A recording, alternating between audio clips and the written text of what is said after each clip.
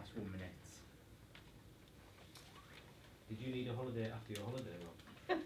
I needed a holiday after my holiday.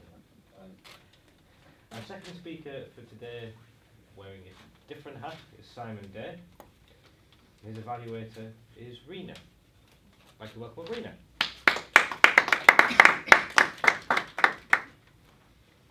Good evening, everyone. So tonight I will be evaluating Simon Day's speech. Tonight he is focusing on persuasive influence, and he'll be talking to us about the experience of Toastmasters mentoring. So we're in for a bit of a treat, I suspect, because Simon is a really good speaker, and I'm really looking forward to evaluating him and hearing what he's got to say. So, thank you.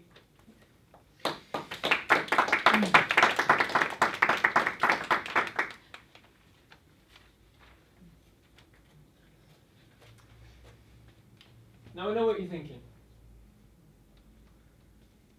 How did that impossibly handsome, intelligent, though slightly impoverished person get to where he is now? You're not thinking that at all, but that's the question I want to pose to you. Two things. One is surrounding yourself with people who always make you better. The second is developing the courage to act on feedback that those people give you. Tonight I wish to explain what having been a mentee has meant for me in my life. I want to address 4 individuals who fought alongside me in my personal arenas, who have helped me get to where I am, because I wasn't always in a very stable place. The first influence, if the clicker decides it wants to work, which it doesn't. Okay, I'll do it like that.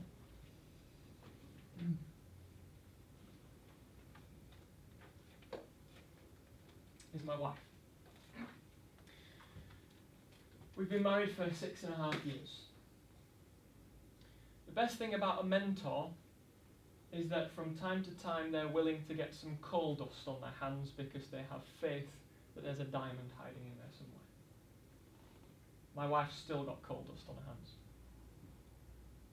I hope and she hopes that there's a diamond in me somewhere. And she has faith in me, like I've never known anyone else have faith in me. Her influence in my life is made all the more valuable by the fact that shortly after our son was born, there was a period of about 36 hours where I didn't know if she was going to stay with me.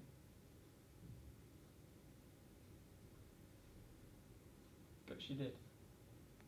And I will be eternally grateful for her presence and her influence in my life.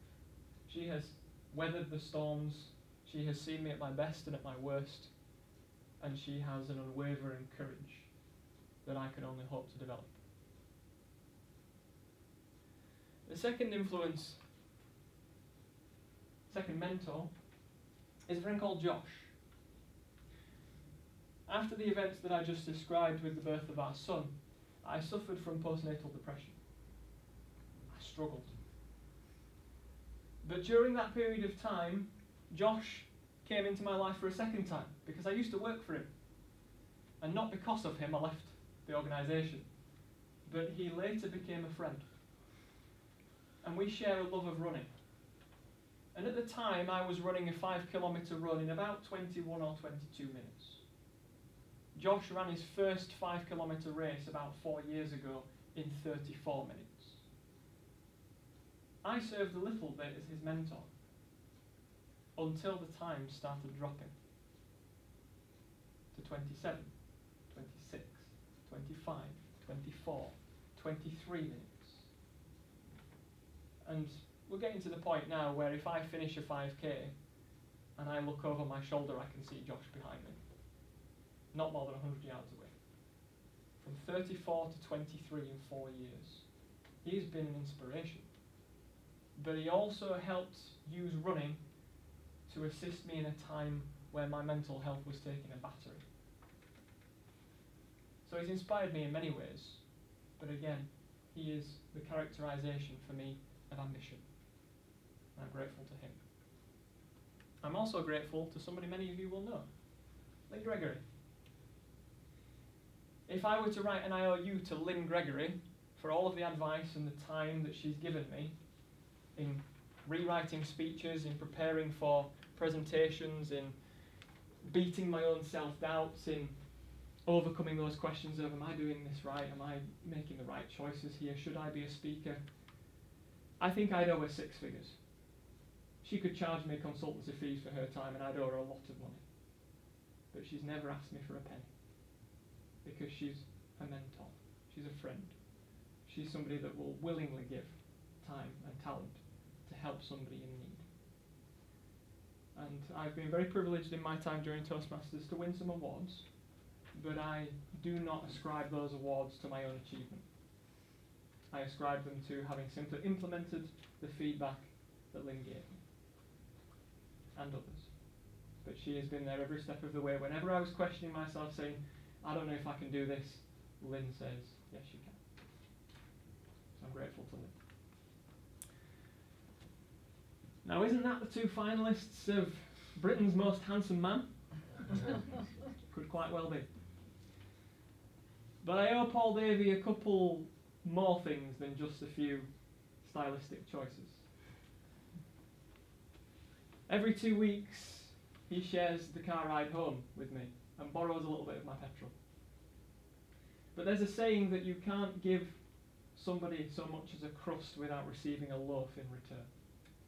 And such is the nature of my connection to Paul. We joined Toastmasters about the same time, 4 years ago. And ever since, he may argue that I mentor him sometimes. I will argue to my grave, it's the reverse.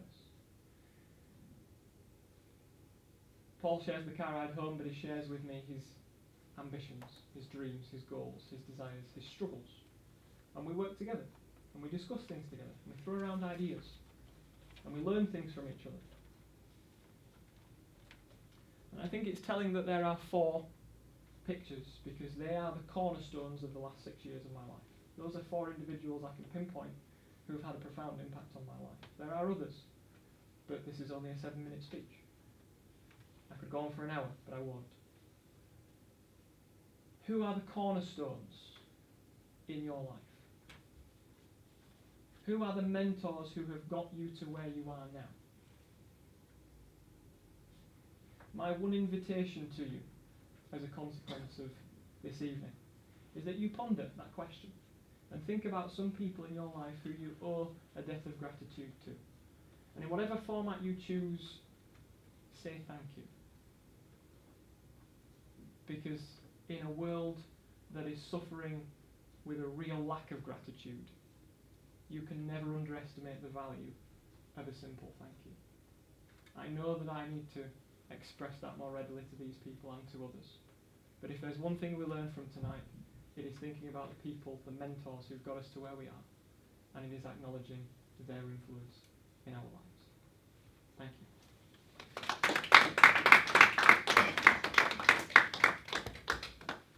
We have a minute on the clock just to timekeep, please.